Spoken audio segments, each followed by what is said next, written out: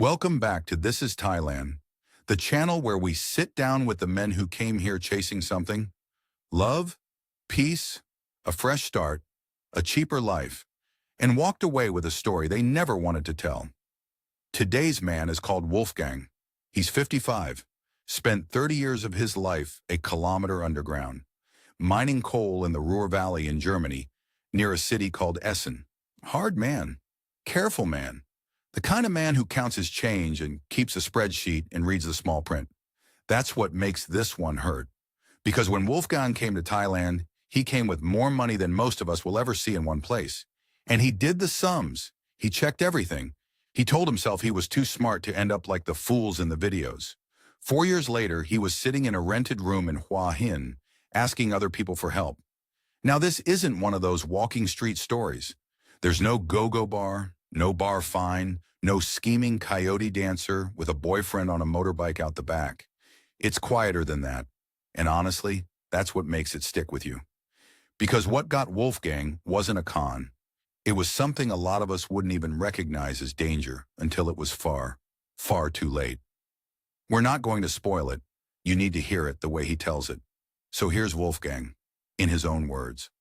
Okay, so, where do I start? I was a bergman, a miner. You know this word? In English, coal miner. 30 years I go down, down every morning, dark, and you come up and it's already dark again, and in the winter you don't see the sun for weeks. This is not a complaint. This was the job. My father did it. His father, I think, also. You want to understand me, you have to understand the pit. Down there, it is hot, it is loud, it is dust in everything, in your teeth, in your nose for days. And the man next to you, you trust him with your life. Completely. No question. Because he trusts you with his. That is not friendship like normal people have. It is more. If he says to you, go left, you go left. You don't ask why. I say this now because, this is the thing that killed me later. This trusting. Up here on the top of the ground, it is not a strength. Down there, it keeps you alive. Up here, people see it and they think, here is a man we can use. But I go too fast, sorry. So the mines close. All of them. Germany decides no more Steinkohle, no more hard coal. Finished, we buy it cheaper from other countries. And they give us a big payment, the miners, because they cannot just throw us in the street after 30 years. It would look bad, so I get a good severance. Very good, actually. And my father dies around this same time. Long story, not important, but I get the house and some money. And I sell the house, my parents' house, the house I grew up in, because what do I want with an empty house full of dead people's things? So now suddenly this man who never had money in his life, this Bergman, I am sitting on more money than I ever imagined. And I have no job, no father, no wife. She left long before, that's another story I don't tell today, and no idea what a man like me does with himself. You know what I did? I'll tell you, because you should laugh at me. It's fair. There was a man, nice man, suit, watch. He drank in the same place I drank, and he had this, how you say, a scheme, property, development. Guaranteed, he said, guaranteed. And I, the careful German, the man who reads the small print, I gave him almost everything, because he looked me in the eye and he shook my hand. And something in me, the pit man, thought, this is a man you can trust.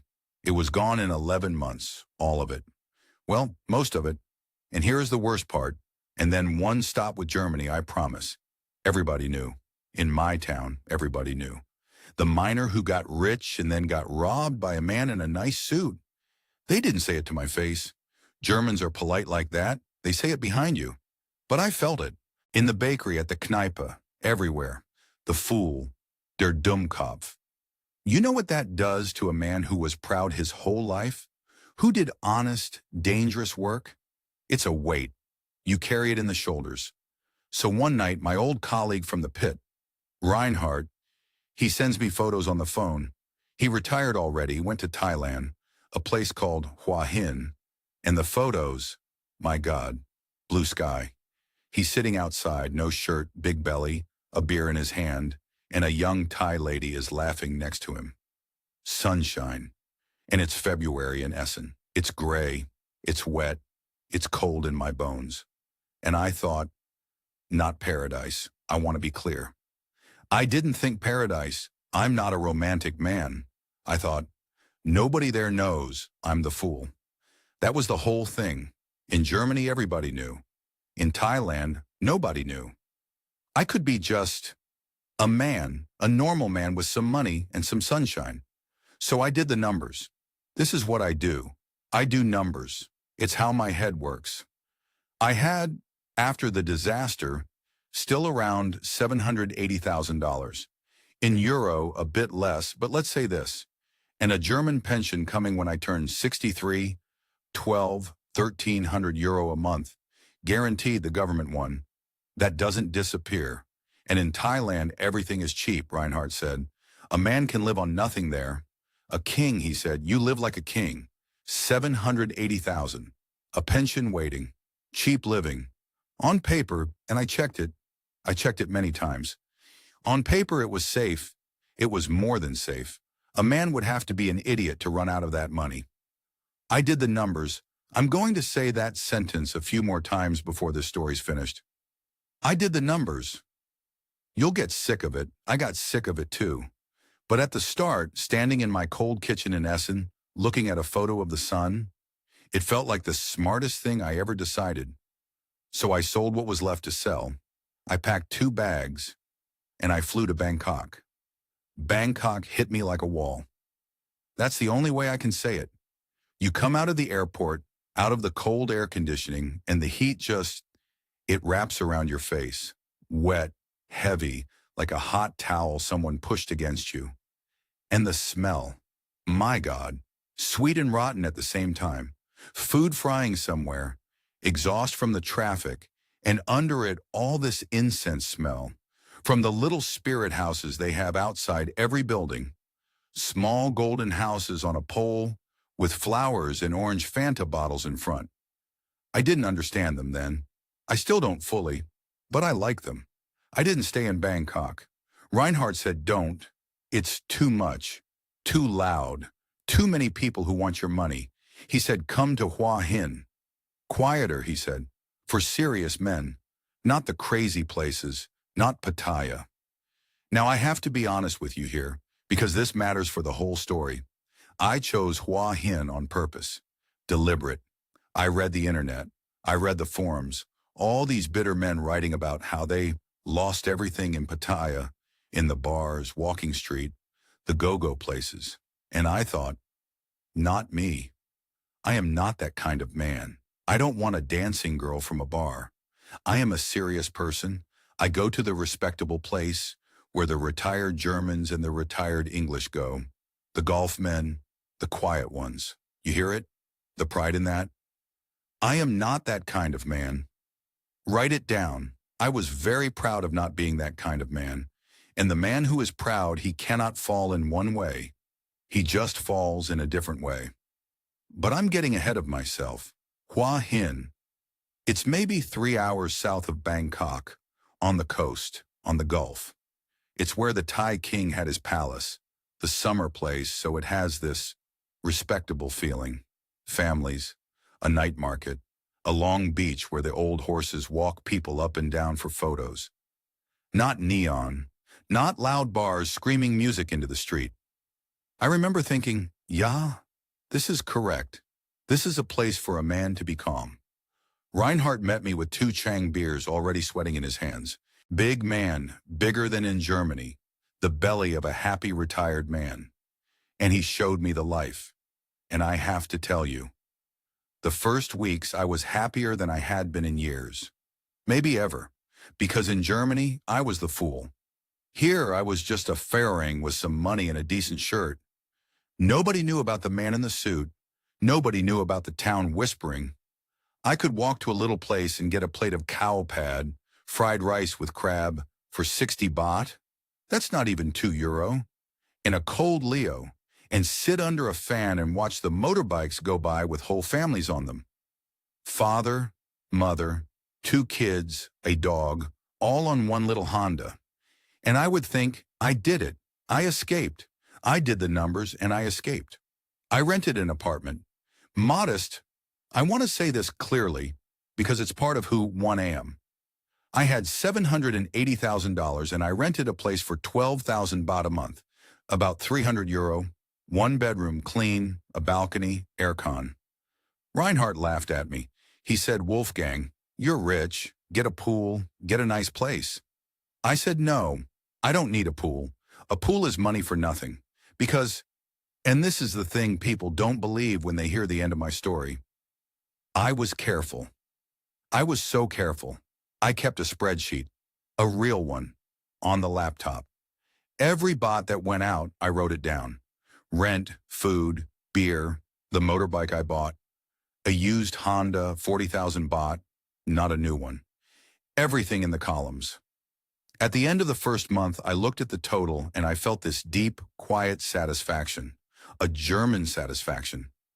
I was spending maybe 40,000 baht a month, all in, €1,000. On $780,000 plus a pension coming, I could live like this for, well, forever, basically. The numbers said forever. I want you to hear that, whoever is watching. In the beginning, I was doing everything right. This is not a story about a stupid man who threw money in the sea in the first week. That would be easier. That would be a comfort almost. No, I was disciplined. I was proud of my discipline. And I think that pride is what blinded me.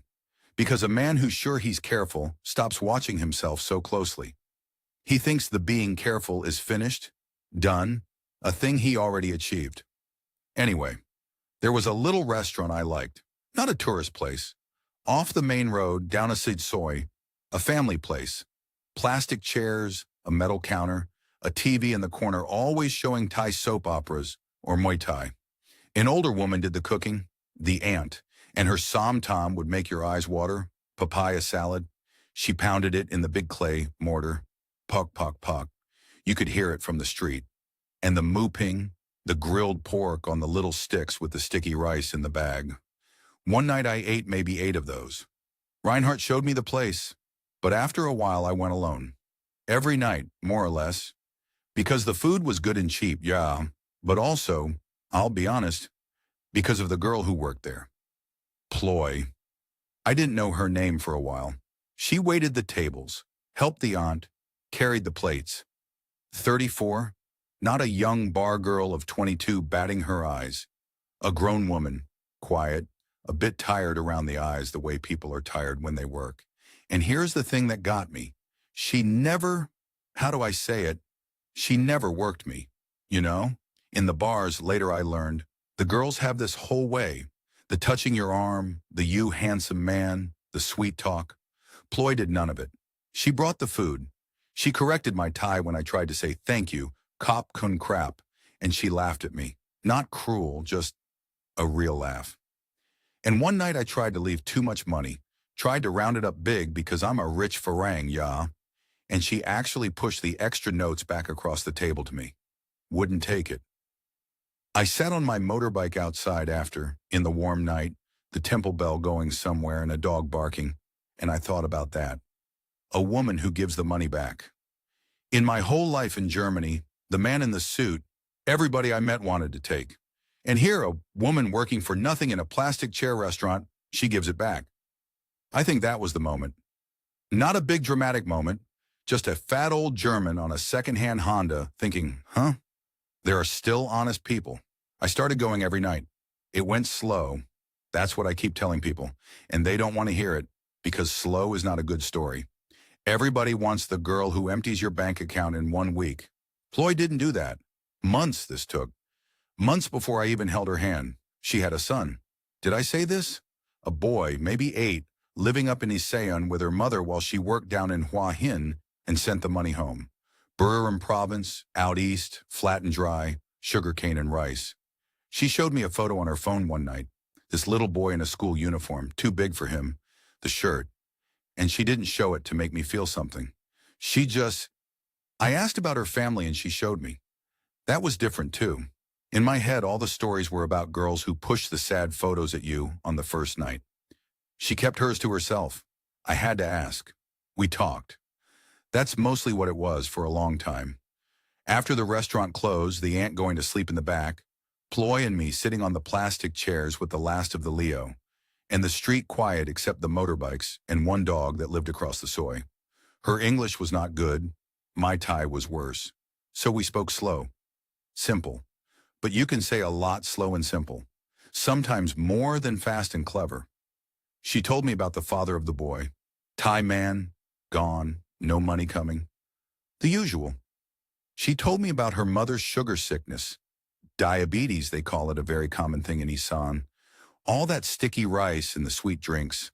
She told me she'd worked in Bangkok before, in a factory near Rangsit, making car parts 12 hours a day, and how the restaurant with the aunt was better even for less money because at least the aunt was family. Not once, I want to be exact about this because it matters. Not once in those first months did she ask me for a single baht. Not for the boy, not for the mother, not for anything. I would offer to pay for things and she'd get almost cross about it. Small things. A bottle of water. She'd wave it away. And you sit there, a fat old German who got robbed by a man in a suit, and this woman won't even let you buy her a Fanta. And something in you just softens, opens. I can't explain it better than that. I did think about it. I'm not a complete idiot, whatever the end of this makes me sound like. I thought, is this the long game? I'd read about the long game on the forums. Play it slow, don't ask for money, let the farong fall properly, and then the asking comes and it's bigger. I actually thought this. And then I looked at her, tired at the end of a shift, hair stuck to her neck in the heat, wiping down the metal counter, and I thought, no. Nobody works 12-hour restaurant shifts as part of a con. A con woman is in the bar, air con, drinking your lady drinks. This one has papaya salad juice up to her elbows. That was my logic. You see the hole in it? I can see it now. Just because the work is real doesn't mean everything else is. A person can be genuinely poor, genuinely tired, genuinely working, and the money can still flow out of you like a tap. Both things can be true, I know that now. Cost me a lot to learn it.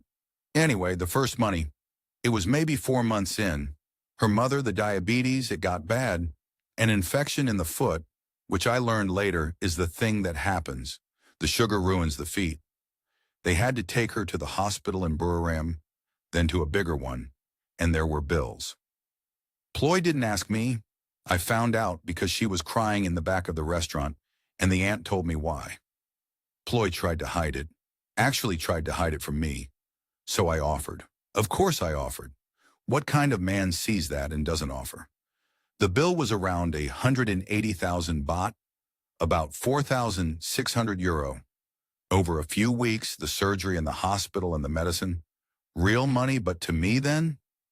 Nothing. A rounding error on the spreadsheet. I had $700,000 still. I gave it, and I didn't even feel it in my chest. And here's the thing that made me trust her completely. The thing I hold on to even now. She brought me the receipts. All of them. The hospital papers, the pharmacy slips in Thai. And she made the aunt translate them for me so I would know exactly where every baht went. I didn't ask her to do that. She did it herself. You understand what that does to a man like me? A man who does numbers, who keeps a spreadsheet, who got destroyed because one time he didn't check the paperwork? She showed me the paperwork before I even thought to want it. In my mind, that made her the opposite of the man in the suit. That made her safe. I gave the money and I thought, this is the best money I ever spent. Not because she thanked me, though she did. She cried and did the Y, the hands together, the little bow. But because for the first time in years, I felt like a good man, a useful man, not the fool of Essen, a man who had something and used it for something real. I even wrote it in the spreadsheet. Own column. Family. Medical. I remember thinking I'd probably never need that column again. Yeah. Well, the land came the way everything came with us. Slow, reasonable, one small step, and then the next. And every step made sense on its own. By this time it was, a year and a half in Thailand? Something like that. Ploy and me were together properly now. She'd stopped working so many nights at the aunt's. She more or less lived with me in the little apartment in Hua Hin, though she kept going up to Buriram to see the boy and her mother. A week here, 10 days there. And I went with her a few times. That's important because that's where the land started. Isan is a different Thailand. You don't see it on the postcards. Flat, dusty buffalo standing in the brown fields, the heat sitting on everything, chickens in the road, kids on bicycles too big for them. Her family's house was wood, up on stilts, a tin roof, a big clay water jar out front, dogs sleeping under the floor in the shade. And they were kind to me. That's the thing I have to say. They were genuinely, properly kind. The mother, even sick, even with the bad foot, she cooked for me. Sometimes so hot I was crying and sweating, and they all laughed, the good kind of laugh. And the grandmother kept putting more sticky rice in front of me. I felt, I told you before, useful, wanted. A big, rich farang, and the whole village comes to look, and the family stands taller because of me. You have to understand what that is for a man who was the fool of his own town. In Essen, I made people look away. In that village, I made people stand up straighter. It's a drug that, nobody warns you about that drug.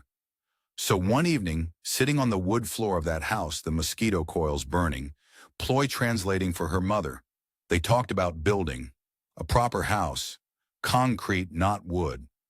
For the family, but for us too. A place for me and Ploy, our own rooms when we came up. And a good house, they said, would raise the whole family. Face, that word. It matters more there than I can explain to you here in the West. A concrete house with a real roof means the family is somebody. And I thought, well, why not? I have the money sitting in the bank doing nothing. I'll build a house, our house, a place to grow old. Now here's where the German in me should have stood up and shouted and did, a little. But I put my hand over its mouth. Because I found out, properly found out, sitting with a lawyer in Hua Hin, a Farang-friendly one, an office with cold aircon and a Thai lady in a suit, that I could not own the land. Cannot. It's the law, plain, no arguing. A foreigner cannot own land in Thailand. Full stop. The land has to be in a Thai name. And everybody does it, the lawyer says. Everybody puts it in the wife's name or the girlfriend's. And there are these agreements, a usufruct they call it, that let you live there for life even if, even if it goes wrong. I asked about the usufruct. I did ask. Write that down too, because I want to be fair to myself. I'm not a total idiot. I asked the right question one time. The lawyer said yes. Yes, we can arrange, no problem. And then somehow it never got arranged. Ploy said her uncle knew a cheaper way at the local land office, and I let it go, because I trusted her, because down in the pit you trust the man beside you, and I had decided Ploy was the person beside me. So the land went into her name. Just her name. Around 800,000 baht for the plot. 20,000 euro more or less. In her name. No paper for me. And I told myself it was fine. Then the building. The building. If you've ever built a house in Asan, you're laughing already because you know it never costs what they say. Never. First it was going to be, I don't know, 1.5 million baht. Then the price of concrete.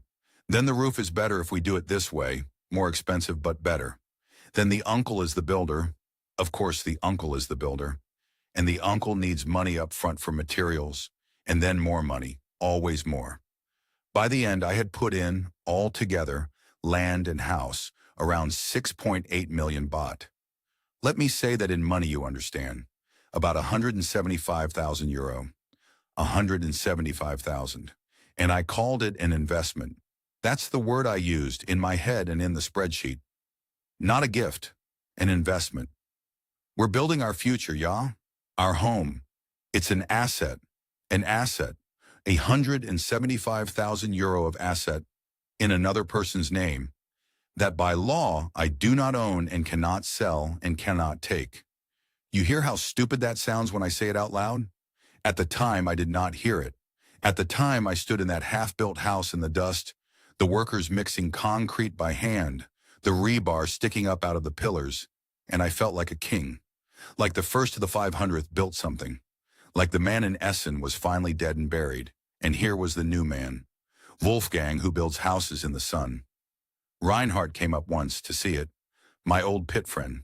He walked around it, quiet, and then he said to me, I remember it exactly. We were standing by the truck.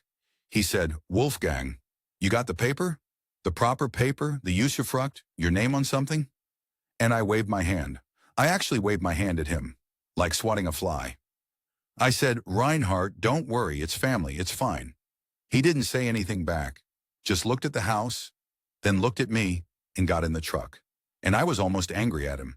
The cheek of it, I thought, coming to my house and asking me about paper. My house. It wasn't my house. It was never for one single day my house. But that night we had a party.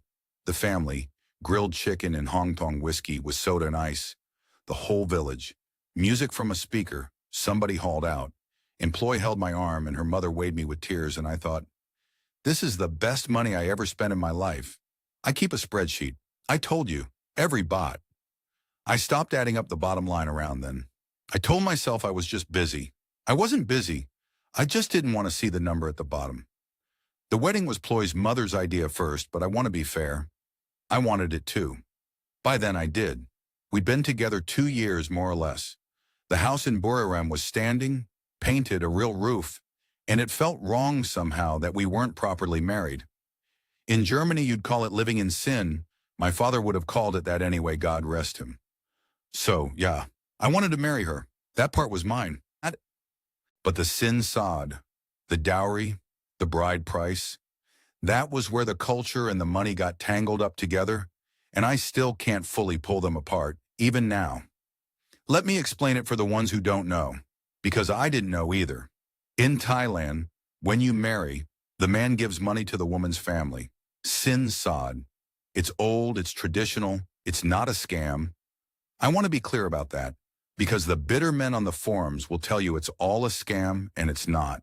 It's a real thing, a respect thing. It shows you can provide, it gives the family face, it honors the bride. A poor Thai man marrying a poor Thai girl might give 30,000 baht and some gold. It's normal, it's expected. But I was not a poor Thai man. I was the rich Farang, and so the number that came back was bigger. They asked for 500,000 baht and gold, and the wedding on top. 500,000 baht. That's about 13,000 euro just for the sin sod. And then the gold, the bride wears gold. It's shown off, it's weighed almost. Everybody sees how many baht weight of gold. That was another few 100,000. And the wedding itself, the monks in the morning, the food for the whole village, the tents, the whiskey, the sound system, the merit making at the temple, all together, the sin sod and the gold and the party, it came to around 900,000 baht. Call it 23,000 euro. 23,000 euro. For one day and a pile of gold jewelry. Now, did I argue? A little. Ploy and me, we had words about it, the only real words we'd had. I said, this is too much. In Germany, this is a car. This is more than a car. And she got, not angry, ashamed, more.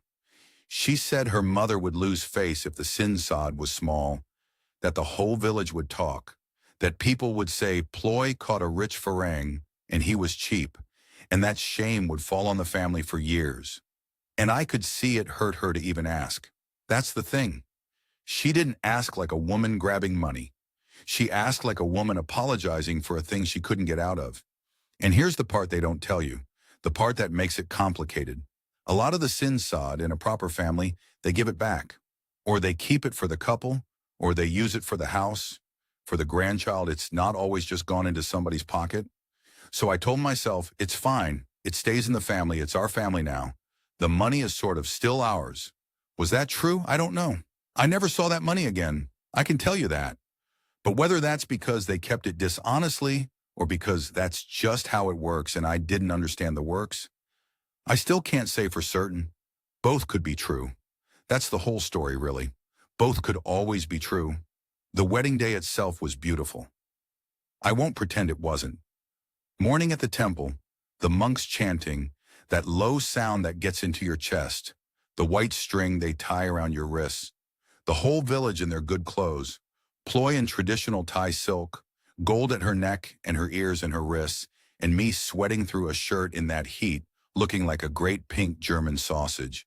But happy, genuinely happy, her mother crying, the boy, her son, in a little suit. I remember thinking, I have a family. At 50-something, after everything, I have a family. We registered it properly, too, at the AMFR, the district office, the legal marriage, and that, I found out later, that mattered in a way I didn't think about at the time. Because once you're legally married, the money you make, the money you bring, the way Thai law looks at it with a foreign husband and a Thai wife, it doesn't fall the way a German would expect. But I'm getting ahead again. After the wedding, the real thing started. The thing that actually did me in. Not the big dramatic payments. The house, the sin sod. Those were big, but they were single events. You pay and it's done. No. What came after was the slow one. The tap that never fully turns off. It started reasonable. Of course it did. Everything with us started reasonable. A monthly amount for the family, for the mother's medicine, the boys' school, the electric, the rice. 40,000 bought a month, about €1,000. And I thought, fine, that's normal. That's what a Thai husband does. I read this. The man supports the family. This is the culture. I can afford it. Then the brother needed a pickup for his work. A second-hand Toyota, a Hilux. 200 and something thousand baht. Well, he's family now, and a man needs a truck to work, yeah? Then the niece's school fees. Then a new roof for the grandmother's place. Then Songkran comes. The water festival, April. The whole country throws water. Everybody goes home to the village. And at Songkran the Farang pays. For everything. The food, the whiskey, the gifts for the elders, the envelopes. Every Songkran a small fortune. Each one on its own I could justify. Each one was small next to the house. That's the trick of it, and nobody set the trick on purpose. It's just how it works. After you've spent €175,000 on a house, what's a 40,000 baht month? What's a truck? It's nothing. It's a rounding error. But a rounding error every month, and another every festival, and another every time the phone rang from Buriram. You add up enough rounding errors, and one day you look up, and the sum is your whole life. I kept a spreadsheet the whole time. Every baht still. But I told you, I'd stop looking at the bottom row. The German who counted every coin his whole life, sitting there with a perfect record of his own bleeding, and not once turning to the last cell to read the total. I didn't want to know. That's the honest truth. Some part of me already knew, and didn't want the number to make it real. It was a Tuesday when I finally looked. I remember it was a Tuesday because the woman 2 doors down in the apartment block did her washing on Tuesdays, and the machine was banging through the wall the whole time. This thump, thump, thump, and outside a Song Theo was idling and somebody was frying garlic somewhere. And I was sitting at the little table with the laptop and the spreadsheet open, and I don't even know why I did it that day. Nothing special happened. That's the thing people don't understand. There was no big moment. Ploy was up in Buriram. I had a Leo going warm next to me, and I clicked on the bottom cell, the total, the one I hadn't looked at in over a year. And there it was. I'm not going to say the number made me cry or shout or throw the laptop. It didn't. It was worse than that. It was just quiet.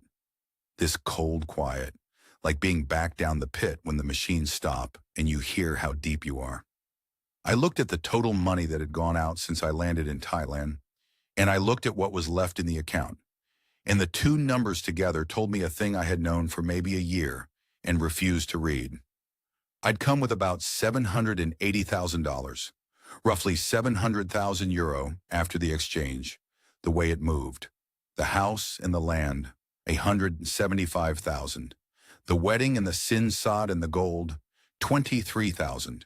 And then the tap, the 40,000 baht a month, month after month for years. The truck, the school fees, the roofs, the medicine, the Songkrans, The phone that rang from Buriram, and every time it rang, it cost. Emergencies I half remember, and emergencies I never questioned. You add up 3-4 years of that, and it's not small anymore. It's another 200,000 euro, easy, maybe more. I genuinely, to this day, don't know the exact figure, and I'm a man who kept a spreadsheet. What was left was nothing. Well, not nothing. Enough for a few more months of the tap. Enough that if I stopped everything right then and lived like a monk, I could maybe hold the 800,000 baht in the bank the immigration people want to see for the visa. Maybe. The pension still coming at 63, yeah, that was still real, that was still there.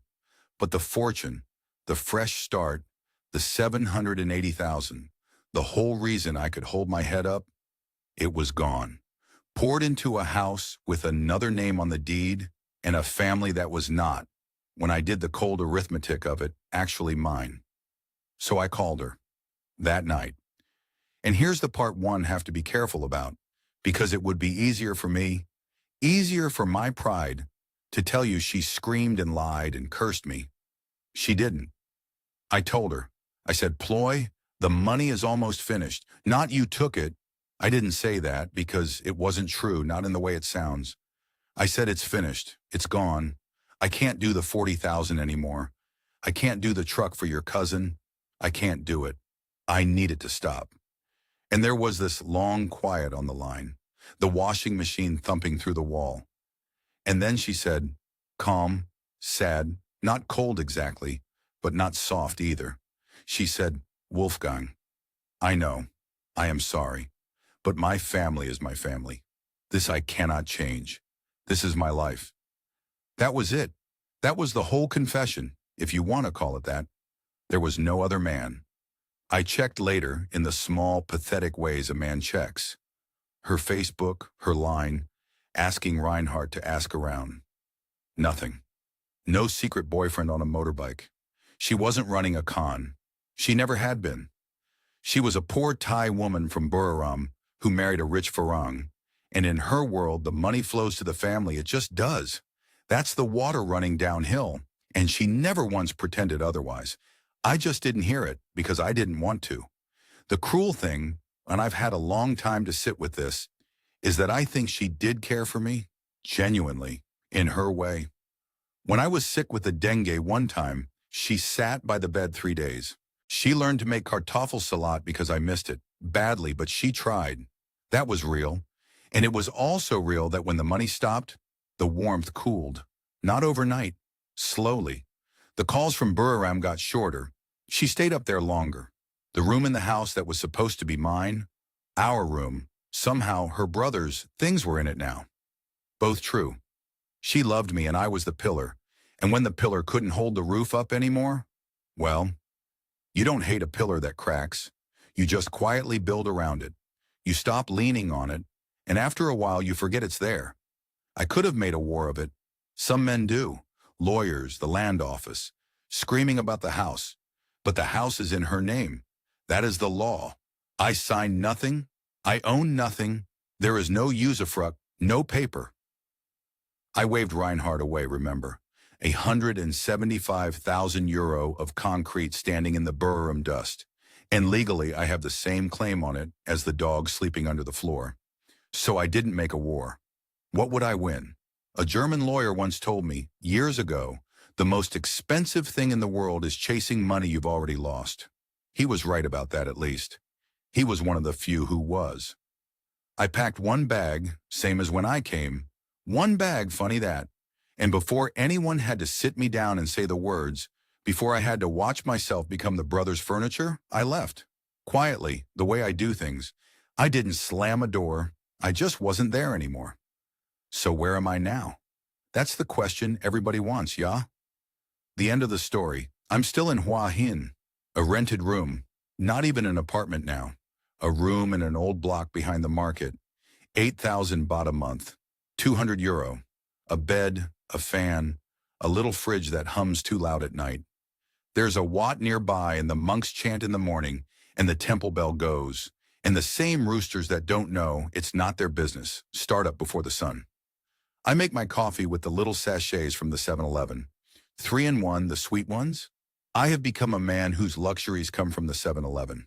And the house, my house, the one I built, €175,000 of concrete and a real roof. It's still standing up there in Burrum. Ploy's name on the deed?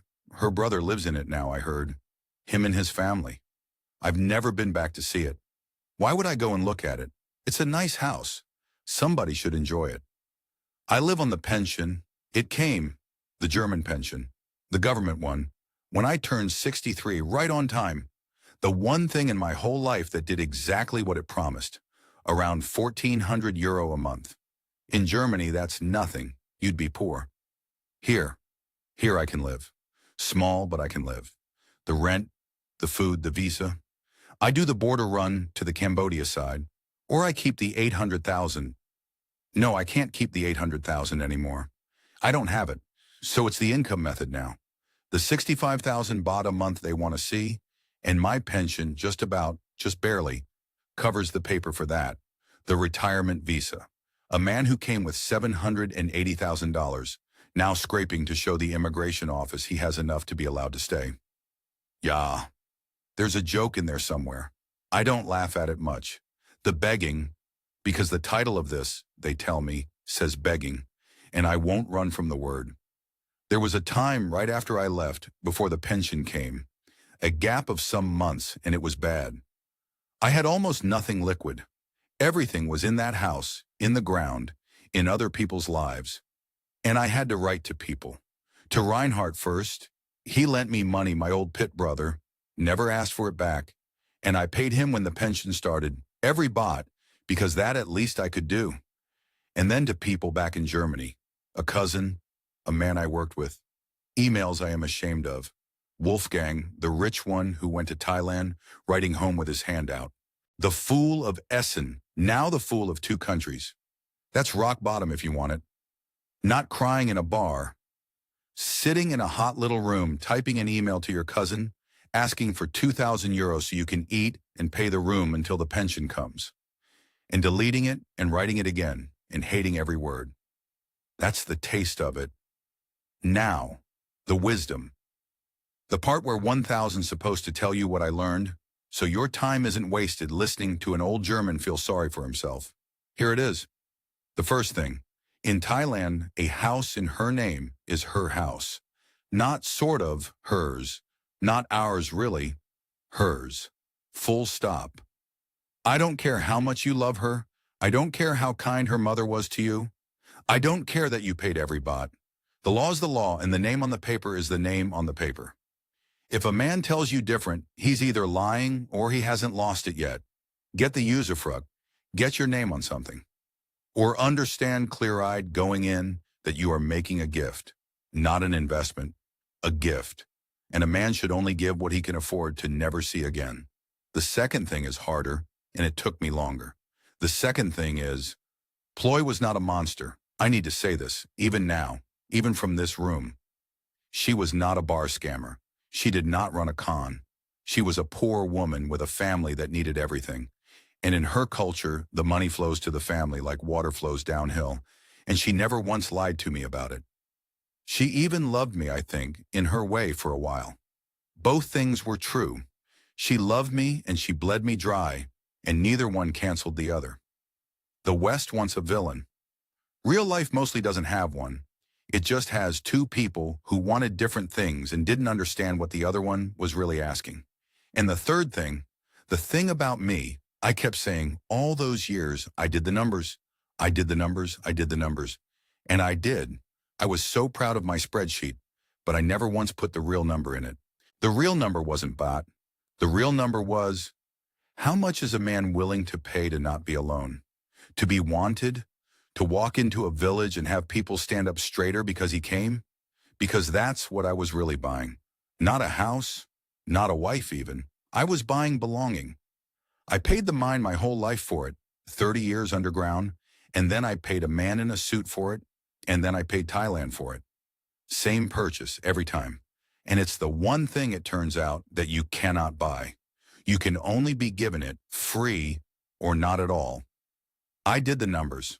I just never once looked at what I was actually paying for. That's it. That's my story. Do better than I did. That's Wolfgang. 55 when he arrived, 60-something now, in a rented room behind the market in Hua Hin, living on a pension that came through exactly as promised. The one thing that did. Here's what we'll say about this one. It's easy in the comments to call a man like Wolfgang a fool. Some of you already are, and we understand it. $780,000 in a house he can't own, and a marriage where the money only ran one direction.